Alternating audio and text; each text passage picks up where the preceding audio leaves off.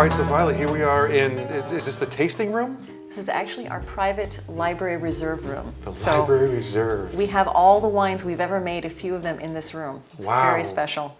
Oh, yes, a little example of each, and they're probably top-notchers. Absolutely. Beautiful. It's like perfectly quiet in here, and what is it supposed to be now, like 55? It's about 55. It's just we have a this room wonderful, specially air-conditioned just to make sure the wines last for a very long time. Nice, because outside in the beautiful Napa Valley right now, it's probably like 90 out there. It's just gorgeous. Exactly. So we come through here, and now we're to the final product. Today we talked about the love from ground up, the soil, the stalks and the vines, all leading to these wonderful grapes, and then the babies out there, as Mike says, in the cradles and talking and listening to all these wonderful things that this wine is bringing you. And now here we are to taste. I'm looking at the Chardonnay because I remember when we walked in those big doors and Mike said the house that Chardonnay built, the house of Chardonnay. We have to try it. Absolutely. Excellent. Absolutely. Okay. This is very unusual for California Chardonnay, and I'll tell you why in a few minutes. This particular one, the year, or our style of everything making Chardonnay okay. is a little more unusual. And my dad may have explained to you about how we intentionally prevent a secondary fermentation that many people go through here in California. But the secondary fermentation, called malolactic, pretty much converts malic acid, which is the kind of acid you find in apples, to lactic acid, which is the kind you find in milk. And so as a result... muscles too.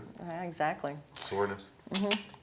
But what happens is that when a wine has too much acid, you really do need to go through that conversion, otherwise the wine will be undrinkable. And that's what they do in France. So most French Chardonnays, in fact all of them, go through this process.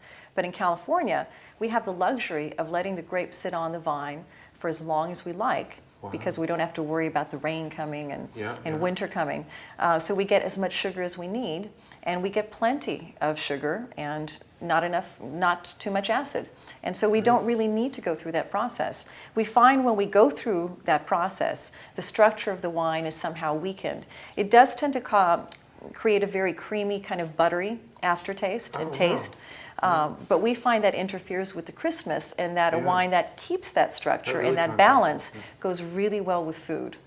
All of our wines have a little bit more acid than most California wines do, because being Croatian, we share wine at the dinner table, at the lunch table, and share it with family and friends. It's a way for people to get to know each other better and to bring people together. And so if a wine doesn't go with food, it doesn't have much use to us. Exactly. So that's why we intentionally keep all the acids high. I like that. So how about the Merlot? You want to try this one? Merlot is fabulous. Oh, I love Merlot. Merlot. So this is a wine that is very rich and very seductive. It's still very easy to drink. But with this one... I waited for you to spin.